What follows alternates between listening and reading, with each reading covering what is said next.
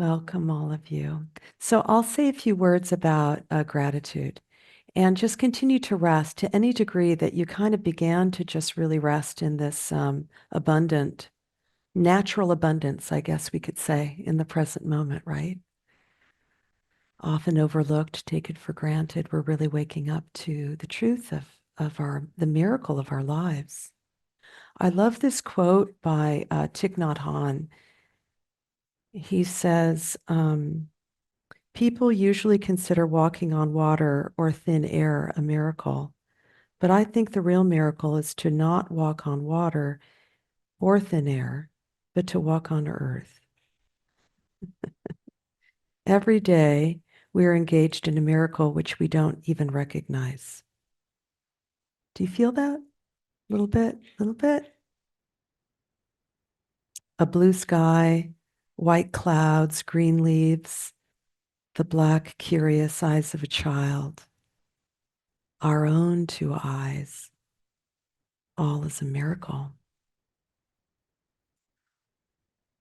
Maybe a little part of you that it's almost like that wonder, that kind of childlike quality just starts to kind of waken, right?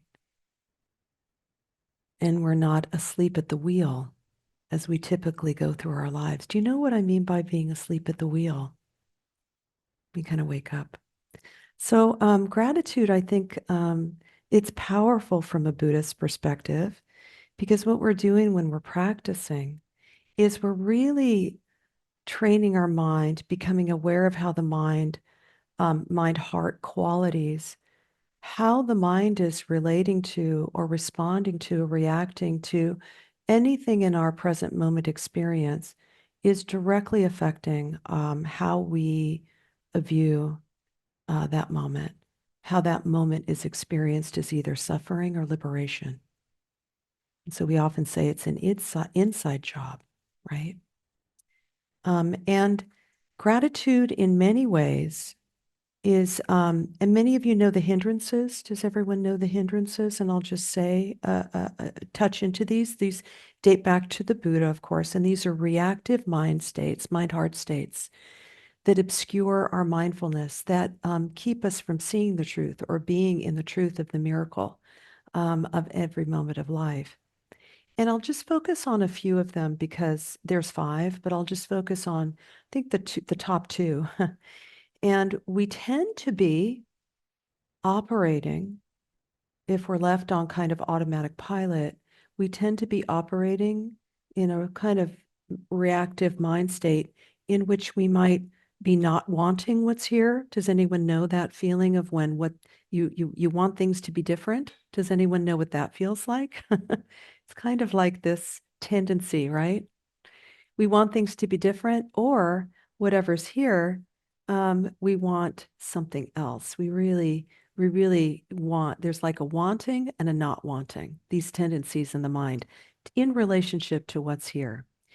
And what's beautiful about gratitude is that gratitude is often offered as an antidote, a natural antidote, that when we notice, when we wake up, to the experience of being under what we call under the influence of the hindrances. Do you guys know what I mean? It's like being in a trance. Do you know that feeling where you're under the influence and it's really keeping you blind from knowing what's real, what's true, no matter how simple. And gratitude can really break the spell. For instance, um, you may be meditating, or maybe you had that experience right now where you felt something as you connected to the body. There was an experience perhaps of something in the body that you typically don't like or judge. Does anyone have any of those kinds of experiences in the body? We do, right? It's complicated. It's a complicated relationship. And so with gratitude, what we do is we notice the aversive, the not wanting, reactive tendency in the mind in relationship to anything, perhaps just I'm focusing on the body, but it can be with anything. And as we notice it, we notice the suffering that it causes us, the downward spiral of that experience, bless you. And we can begin to gently, really provide an antidote by, in that moment, maybe there's something about the body we don't like or don't want. We can also incline the mind to focus on areas that are okay, to find balance, to kind of restore and kind of just calm down that reactivity. Like, for instance, as I say to you right now, I don't know, I hope not. Do you know what it feels like when you have a toothache? Isn't it really hard? And you focus on that to the exclusion of all else. I hope that everyone here does not have a toothache. Are we all free of toothaches in the room and online? So for a moment, just feel the joy of no toothache and just really feel that. And let that be a gratitude practice, you know. Boy, we really notice when there's pain, but we don't notice when things are okay. And so, isn't that true? Our mind operates, and it's so interesting because contemporary neuroscience really supports what the Buddha really discovered 2,600 years ago, just through being very present and understanding how the mind operates and how to train the mind to alleviate our suffering and to be free. So from a neuroscience perspective, they might call the hindrances. Has anyone heard of the negativity bias? Does anyone know this neurological term? It is the mind's tendency, and you can tell me if this resonates for you, to focus on what's wrong to the exclusion of all else.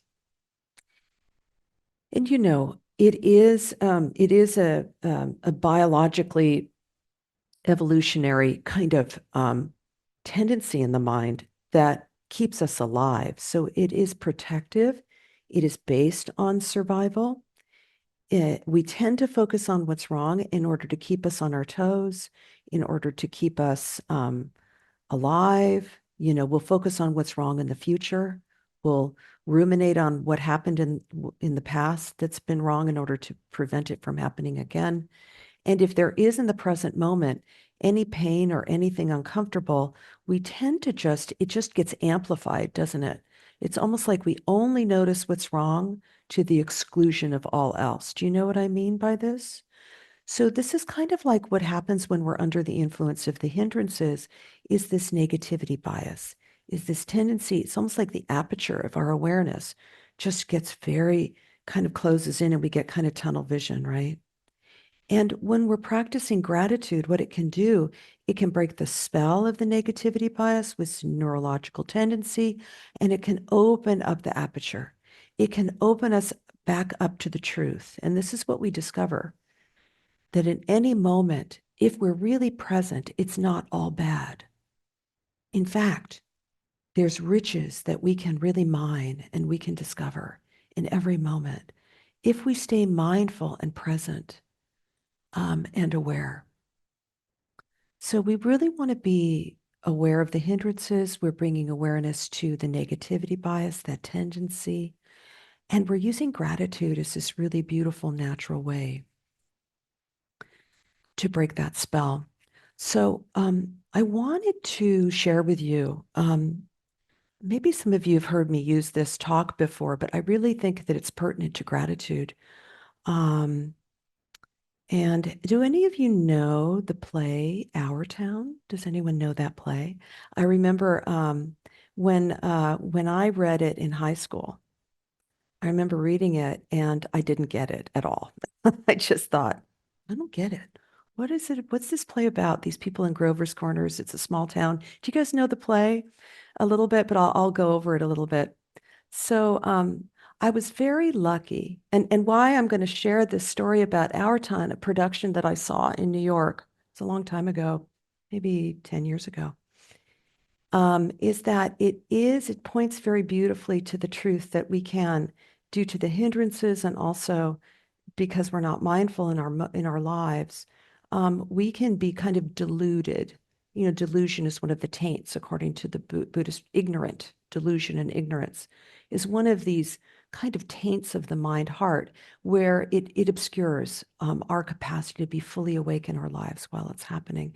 So I think this play and this production that I saw that I'll share with you really illustrated how we can be asleep at the wheel of our lives, and what a tragedy that can be. So in our town, I saw this production, and it was in a small theater that was in the round. And we all came in, the audience sat down. It was interesting in the first act. The actors came out, there was no set, and there were no costumes. The actors looked like they were just in rehearsal, like in their everyday clothing. And if you remember, if any of you know the play, in the first act, it's Grover's Corners is this small town, and it could be a small town anywhere. It's so universal. It could be in any country. It could be anywhere with any group of people. It really is that universal in what it's tuning into. It's very archetypal. And as you're watching in that first act, they are a small town. They're going about their lives. And what I noticed as I was watching it was nothing really extraordinary is happening. They're just kind of having their lives. And I must say, I caught myself in the first act going, this is kind of boring. Do you know what I mean? I was kind of like, okay, is anything going to happen? At one point, I know there's this one woman, a mother character, who wants to save money to go to Paris. And then, she never goes. She just, there's too many things that happen where she just can't go. She can't afford it and everything. And so she doesn't go. She stays in her little town. And there is this tendency in the mind to go, that seems a little boring. I wish something would happen, right? So then by the second act, Thornton Wilder, who wrote the play, does a real kind of sleight of hand.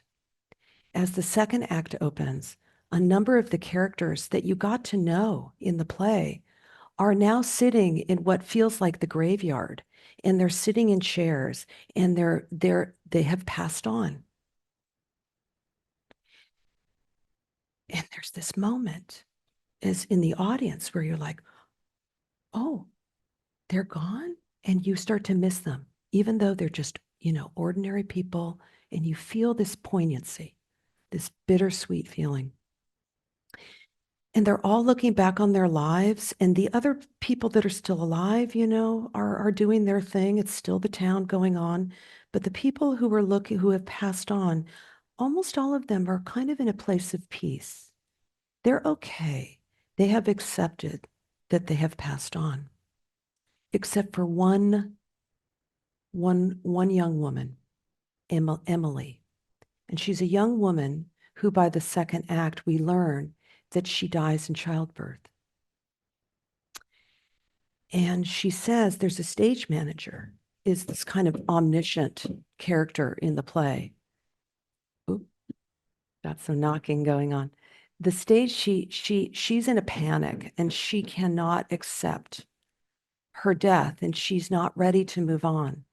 And she says, and she pleads with the stage manager, who's kind of has omniscient qualities. She says, please, please, please, can I spend just one more day alive, please? And miraculously, the stage manager grants her wish. And he says, yes, you can choose one day to return to. And it's very beautiful. She chooses just her 14th birthday. And what's amazing in this production is that there's even though it's in the round, there was a curtain over to the right with the stage that had been closed. I always cry. For the first time, the curtain opens, and it reveals, as she walks back into this day of her life, it reveals a full set for the first time, and it is absolutely beautiful. It's the set of her home. And there's windows with light coming through with trees in the background. And for the first time, you see it with her as how beautiful it is. And her mother is at the stove in full costume. There is a real stove. And the real amazing thing is she's cooking bacon, real bacon. And bacon starts to just waft through the whole theater. And you go, oh my God, it's beautiful. And Emily, she walks down, it's her birthday. And it's so poignant because the mother, they don't do anything special for her, really. They say, Emily, you're going to be late for school. Happy birthday. Eat your breakfast. Come on now, sweetheart. They give her a kiss. But there's nothing special going on at all.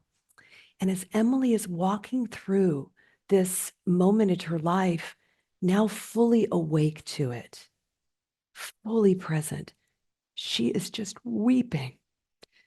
The actress is just, the tears are just dropping down her face, and she's in a state of awe because it is just so beautiful. And she's taking it in a way that she really didn't in her life. And she walks through. And then she comes to the stage manager and she's just completely, maybe you could say, enlightened. And this is just the last lines of the play. It's very beautiful. I hope I don't cry. Every time I think of this play and this production, it always is so moving for me. She says, goodbye, world. Goodbye, Grover's Corners. Mama and Papa. Goodbye to clocks ticking and Mama's sunflowers and food and coffee. She says, oh, Earth, you are too wonderful for anybody to realize you. Do any human beings ever realize life while they live it? Every single minute? And the stage manager says, no. And he pauses. And he says, the saints and poets, maybe they do some. Maybe they do some. So I just find this to be a very tremendous teaching on what it is to wake up in life as it is, ordinary, precious, never to come again. Each day is like this.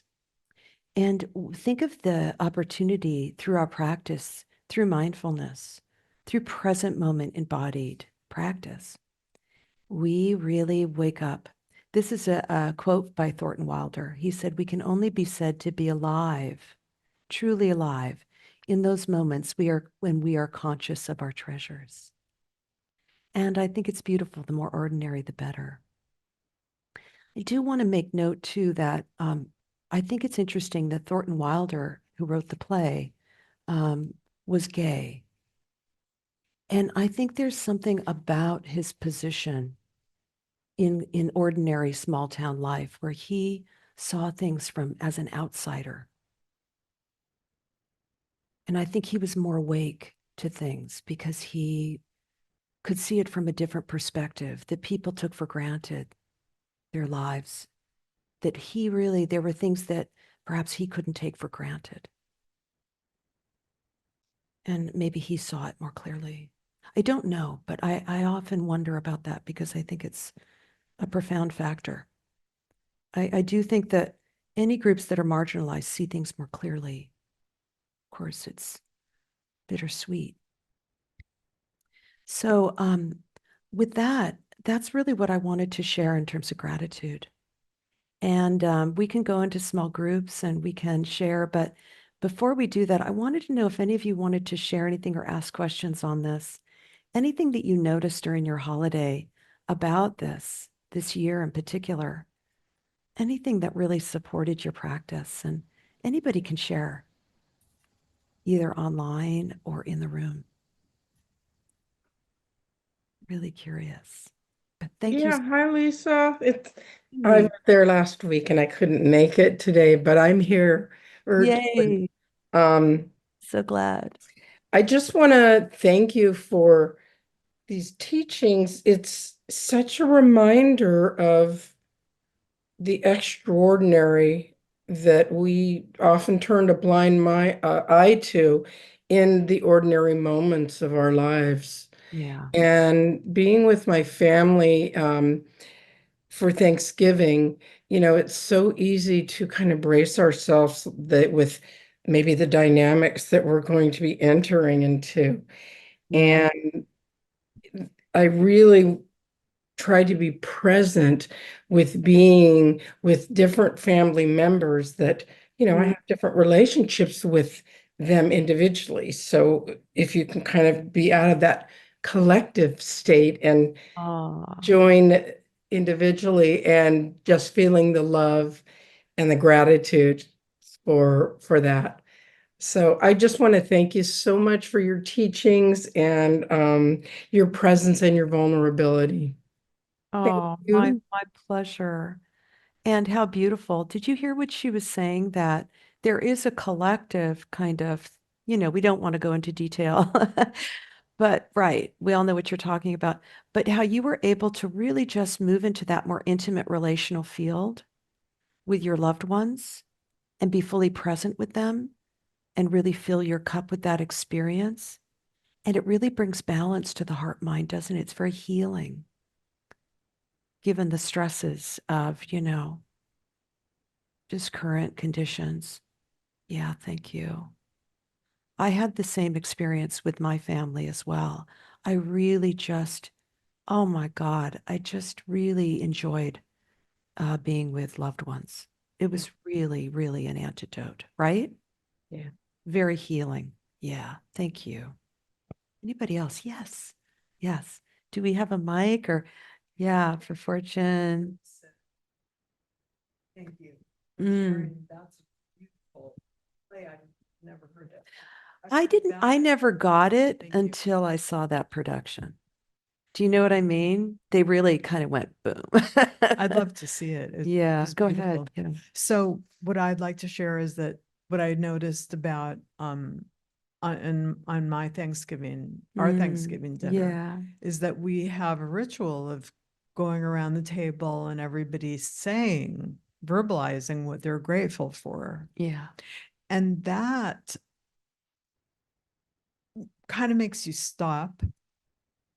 And when you think about it and you have to speak it, I think it's helpful in taking it in. yeah, And then you hear other people and what they're grateful for. So I think part of it for me is being able to pause long enough to think about yeah,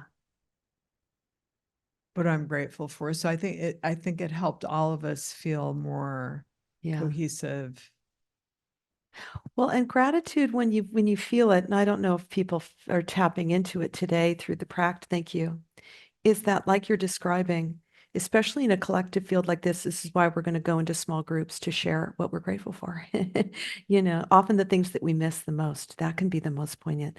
But it does kind of feel like a kind of an expansive experience. It has this quality, like all of these wholesome qualities in Buddhism, that they have a kind of a flow and they expand. And you really feel this kind of much bigger kind of thing, especially when everyone shares. You just feel like you're in an ocean of compassion or, ocean of gratitude. It just makes your little heart bigger, right? And so that's beautiful. That's great. We should do it more often, right? Let's just open up now. I want to just open it wide up for any sharing that in the group you noticed that felt poignant and important to share about this very deep theme. Um, and deep practice, right? And if anybody has any sharing or questions, I just love that we can all just be together in this understanding.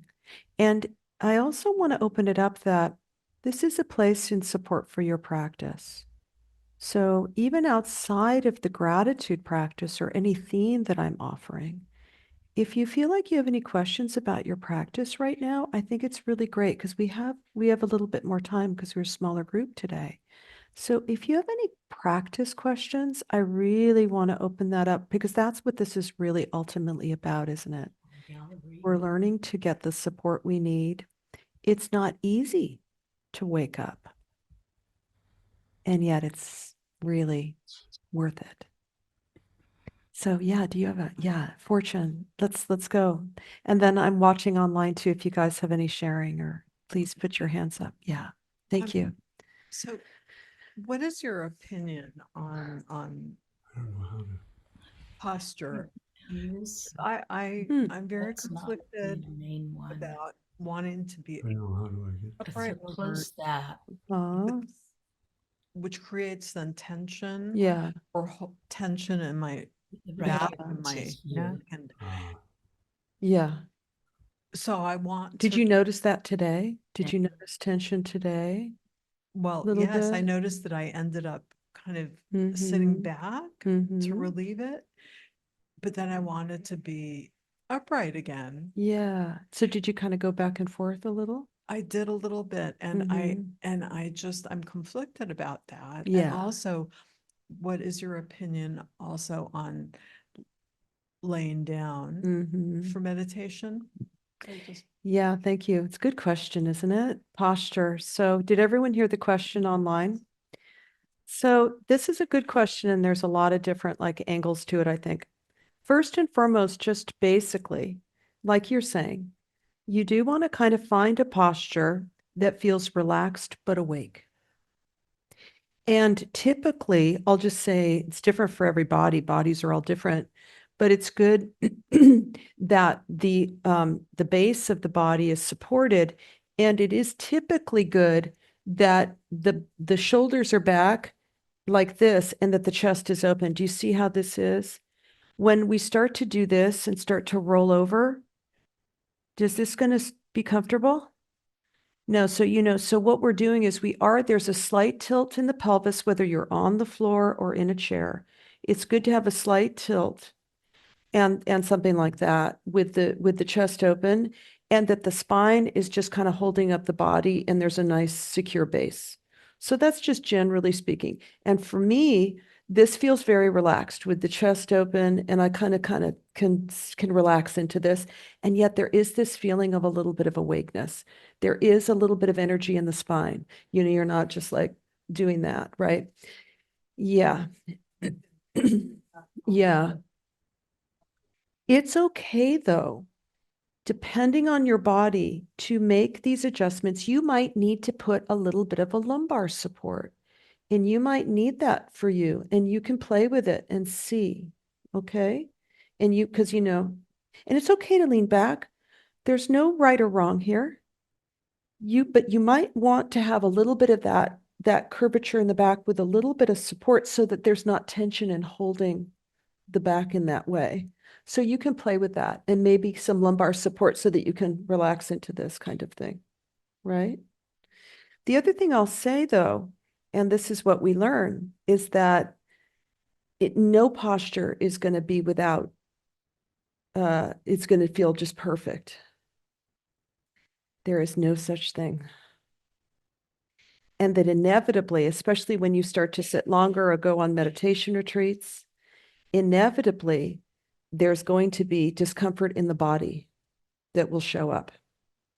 And so that becomes an opportunity to practice and to see if the mind is getting reactive around it. Like I've had many, many sits on retreat or what have you, where there's some discomfort in the body. And I really there's no harm to my body, right? And where I've really kind of allowed mindfulness to be with it, and I've let go of the aversion. And what happens is it goes away on its own, and that I don't get caught up in it, and I stay mindful with it. So it's an opportunity for mindfulness, because we are opening mindfully to all experiences equally. And we love it when it's comfortable and the body's without pain, and we get very attached to that. We cling to it, right? There's that. And then when there's discomfort, we want it to be gone. We're trying to push that away. Either way, it's a reactive kind of relationship to the body. And I have had experiences where there's enough mindfulness that no matter what is happening with the body, it's equal and it's okay. And there's not really that much push and pull. And it's very liberating, even when the body might have things going on. So it's really for you to decide for yourself if you want to go, okay, let's deepen into this and let's explore this as an opportunity for more mindfulness, to release the hindrances, to allow, to welcome, to notice other areas of the body that are okay. But I think, you do need to maybe get some basic stuff so that the structure of the body feels supported. Does that give you a good answer? Yeah. So lying down is really great. There, in the first foundation of mindfulness, lying down is one of the postures, according to the Buddha. We are bringing mindfulness to every moment of our lives, every way that the body can be. We're letting it be an opportunity for mindfulness. If as long as you're not too sleepy, it's great. I say yes. I say lay down. And also with the Brahma Viharas, such as metta or compassion, it's indicated to the Buddha that it's good to be lying down because the more ease that there's in the body, the more the heart feels trusting to open. And it just allows the heart to open when there's more ease and relaxation naturally in the body. And you know what? The baseline for this practice is kindness. It really is. And that's very un-American, right? We're just always pushing or trying to overcome something or, aren't we constantly doing that to ourselves? Everybody, right? Aren't we? And we're noticing these patterns, these tendencies that cause our suffering, and we are letting them go and we are laying down.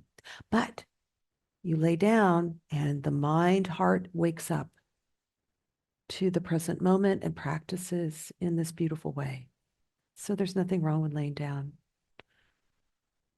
In fact, when we practice metta, especially in classes, I always say, let's all lay down, and everybody lays down. And maybe a couple people are sitting and they're the last ones sitting and they lay down too because it just looks too nice. The kindness is the quality of kindness when you see everyone laying down is so, it just becomes contagious. My name is Ye. Mm. And just say yes without S. That's how it's Yeah. pronounced. Yeah. Yeah. Thank you for the beautiful teaching. And my question is there a step-by-step guide of Mm. the meditation path, either from you or from some online resources or books showing like I should do this first and that second and then next? Like my Overall, you mean, Right. generally speaking? Right. Overall, how should I take this approach? Should I Mhm. learn one type of medication, then move to the next, or should I follow a teacher's teaching and learn everything there that is, and then find the next teacher that aligns with my stage or something like Yeah. that? So I'm focusing on my breath, and then I'm getting into open awareness and my understanding of and after that I could be more like apply that to everyday life to be Yeah. mindful in all activities. And is there does this resemble a step-by-step path? Yeah, that a really good question. And it's different for every person how that unfolds. I would say generally, just generally, because we're talking about Buddhist practice here. If you know the Satipatthana Sutta, which is the 4 foundations of mindfulness, these are the teachings of the Buddha, and it is the path by which we kind of slowly build up our practice. And so, there's really beautiful online teachers you can, and who does a beautiful job with this is the Venerable Analayo, who teaches through the Bari Center for Buddhist Studies online, and he offers a lot of these beautiful Satipatthana Sutta practices. So just generally, and this is just a generalization, generally speaking, what is good is to kind of follow the 4 foundations. Oh. And the first one is the body. You start with mindfulness of the body, like breathing, right?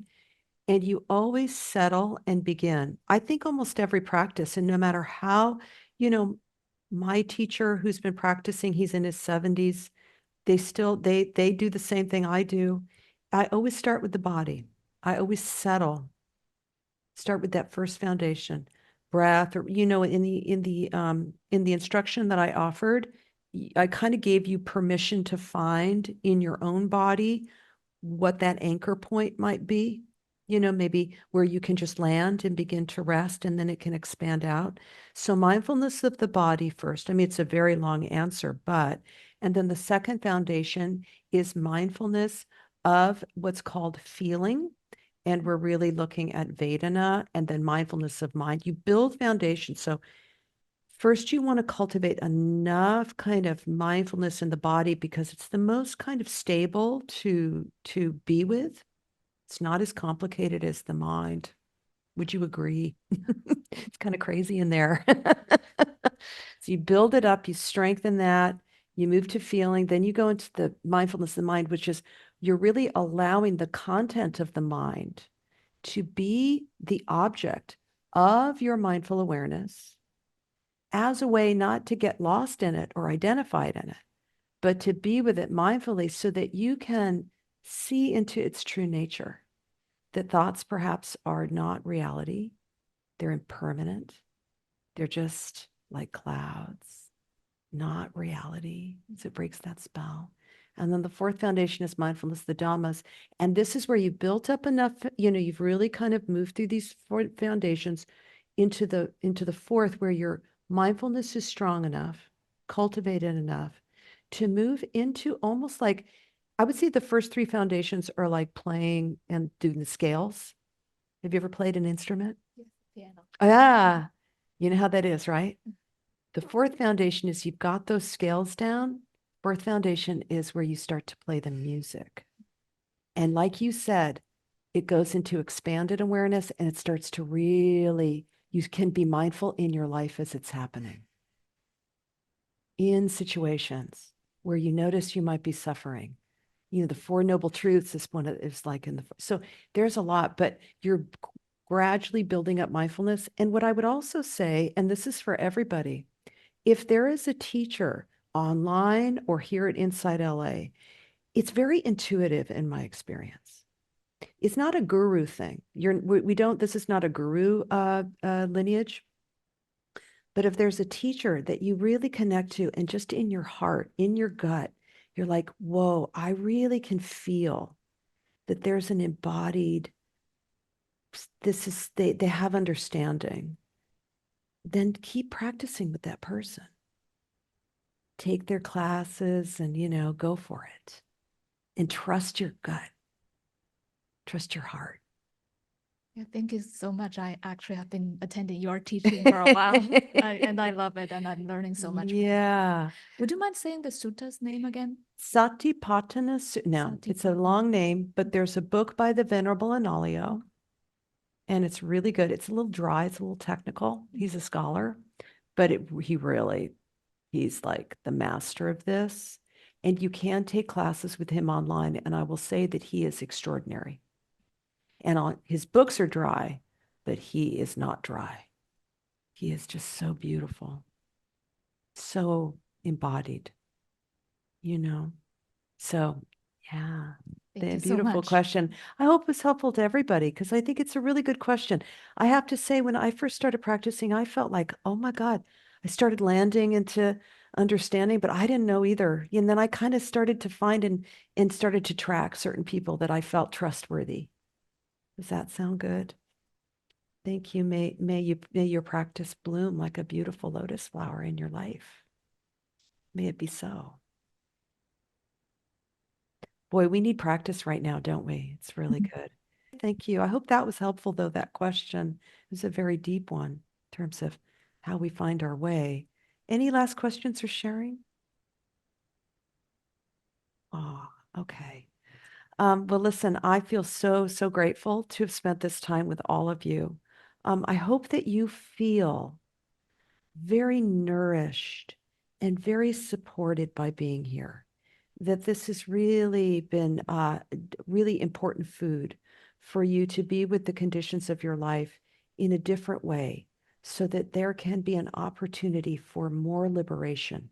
I would end by saying, I was going to say this, that there's also a special category of gratitude for challenging conditions, because in the challenging conditions is where we wake up the most.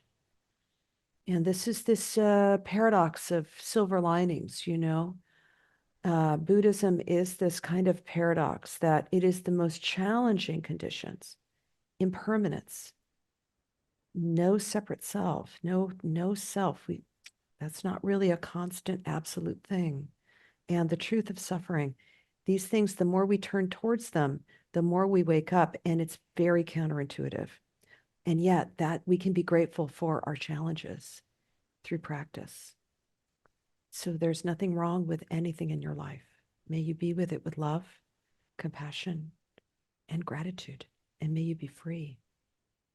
So I thank you all so very much. Thank you all. Have a beautiful rest of your Sunday. It's beautiful here in LA. Oh, the sun's out. Be in the sun.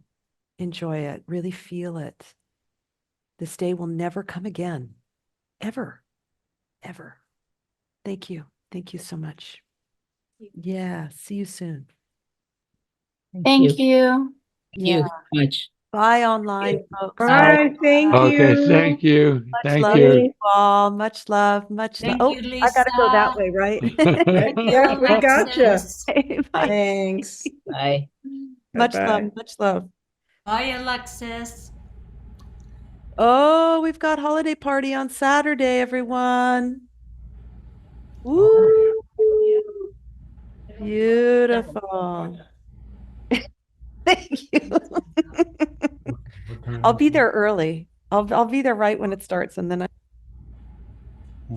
5 o'clock, I think. Okay. Close.